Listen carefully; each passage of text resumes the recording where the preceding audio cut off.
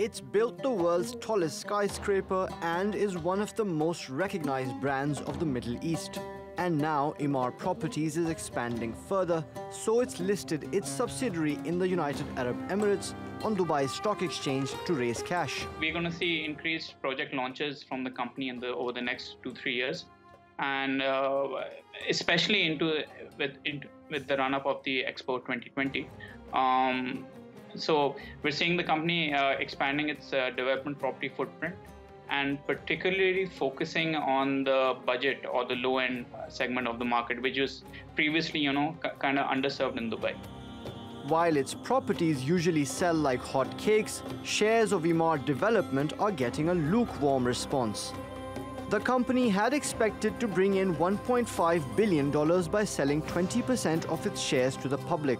Those shares sold within hours, but brought in $200 million less than the company's initial expectations.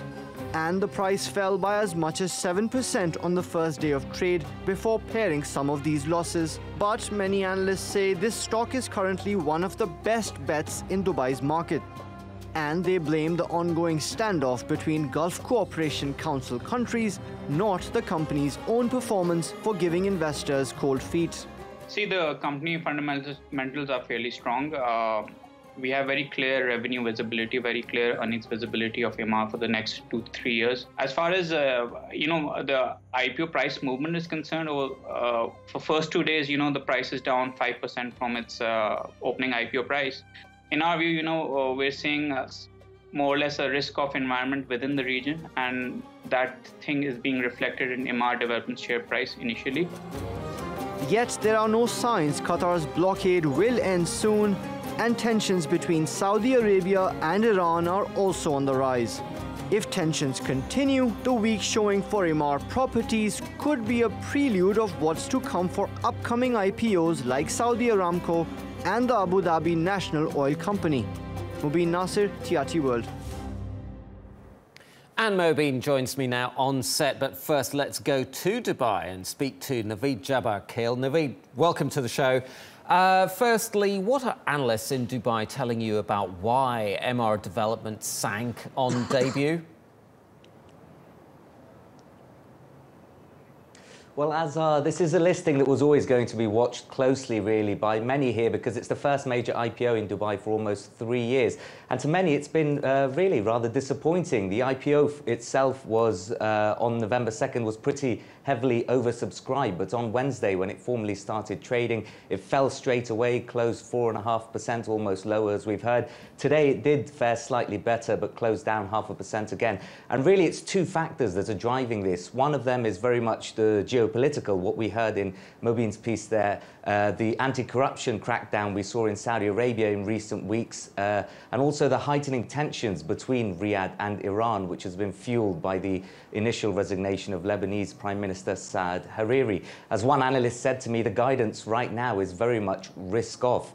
And the other factor, and this is equally important, if not more so perhaps, is that Dubai's property market, once one of the hottest in the world, has really slumped in recent years. So a property development firm simply isn't a very attractive place to put your money in, not at the moment at least. Azhar? Right, OK. So if we strip out the geopolitical factors that you've mentioned there, the fundamentals also are not looking that great. Is that the message from investors? Yeah, well, I mean, that's the important thing to look at here with any IPO. Emaar Development is actually a subsidiary of Emaar Properties, which is a fairly well-known name here in the business world in the Gulf. It's Dubai's #1 developer. It's also the bellwether stock for the Dubai financial market. So a major player, and it has plenty of backing from the Dubai government, plenty of government funding as well. That's obviously going to be reassuring for many investors looking at the long term.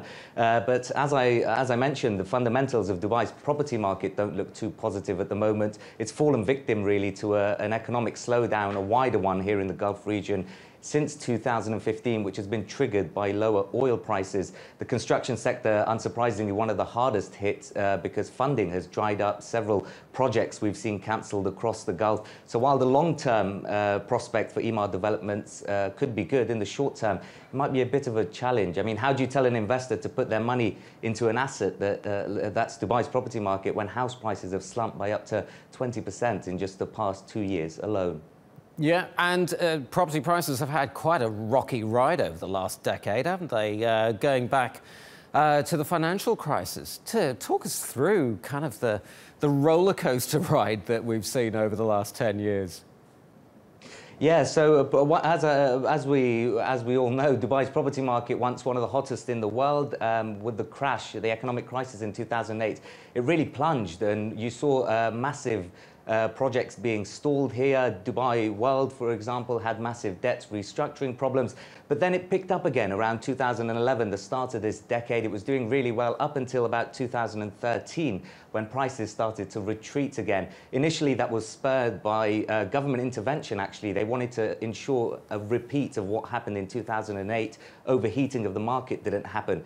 But in recent years, we've seen the low oil prices really hit the market badly, and it's looking like it's not going to recover. What I've heard, speaking to analysts for the past few years here, is it's bottoming out. They said that in 2015. They've said that again in 2016. They're saying it now in 2017. But if you look at the fundamentals, the economic outlook isn't too good here in the Gulf. So the property market is going to be not a very attractive place to put your money in at the moment. Right, I'm going to turn to Mobin over here now. Mobin, let's talk this, let's broaden this out.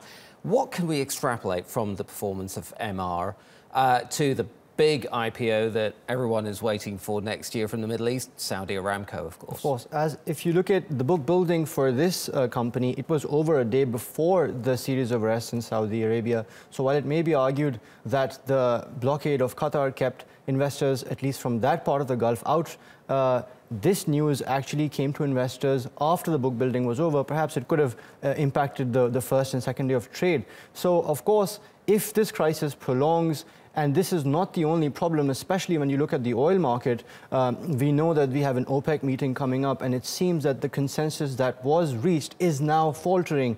Russian companies complaining that the higher prices are helping US shale producers, and we have some other OPEC members and non-OPEC members who want to ramp up production. So if that continues, coupled with the way temperatures are rising in the region, that can't be good news for either ADNOC or for Aramco. Now, this is going to be an interesting one to watch, isn't it? We'll come back to oil in a second, Mobin, but we're also hearing about some other geopolitical developments in the Middle East, in particular Egypt, cracking down on visa restrictions for Qatari citizens. Tell us a little bit more about what's happening there. From tomorrow, any Qataris traveling to Egypt will require a visa, and they've also added the names of 11 more individuals and 2 organizations onto that existing terror list. Of course, Bahrain took a similar step last month, and the Saudis are not allowing them into the country whole scale. So, of course, this crisis seems to be worsening. It's really not moving towards any sort of a solution just yet. All right. Also, let's go back to oil. Later this month, November 30th, that big OPEC meeting. So what are people saying about the chances then that OPEC is going to extend these production cuts beyond March of 2018? Look, the cuts are helping everyone, so we can expect them to be extended. But will they be extended for 9 months, as was expected, as was stated by many of the leaders?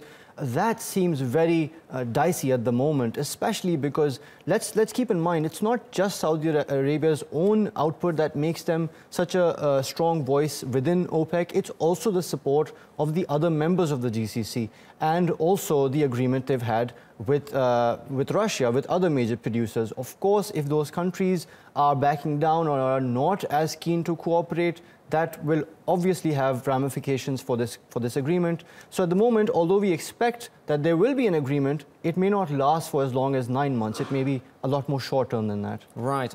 Naweid, I want to turn back to you, if I may, and perhaps pose a similar question to you.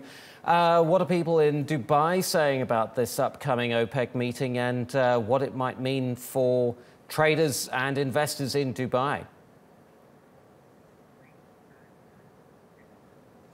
Well, really, pretty much to what Mobin said, the expectation is very much that we will see an extension of the OPEC agreement. How long that will be extended to, we're not really sure. But there is a vested interest here in the UAE, not necessarily in Dubai, but in Abu Dhabi, because Abu Dhabi National Oil Company is going to IPO its distribution unit by the end of this year. We're hearing it might happen towards mid-December, the 13th of December, a date. So obviously, they're going to want to see a higher oil price as well. But really, the UAE's stance has been very similar to what Saudi Arabia has said, which is that there is a need for an extension of the cut, that it's working to stabilize the market. So that's really what the view is here from both traders as well as the government, who's obviously has a vested interest in seeing the price of oil move higher. Right, and speaking of the price of oil, currently hovering just around the $60 mark, is that where the UAE needs prices to be, or could they do with prices coming up some more in the coming months?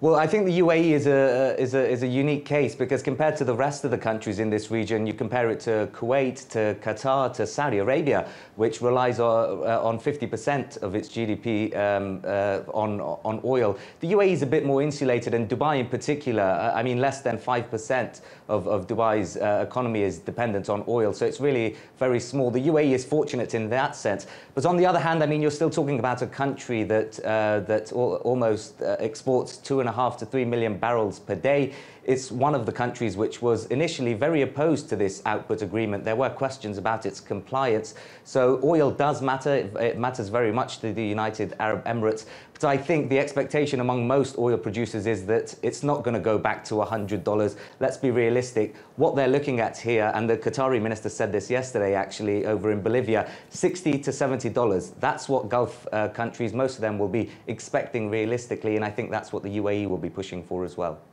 Right. Naweid Jabarkhyl, thank you very much indeed. Mobin, one more question. Where are investors seeing oil prices go over the next 6 months or so? With the shale oil producers coming back, where's the betting on all of this? As that's the big elephant in the room, isn't it? I mean, figuring out exactly how will oil move. Look, one thing is for sure, if they are able to, it's a double-edged sword right now.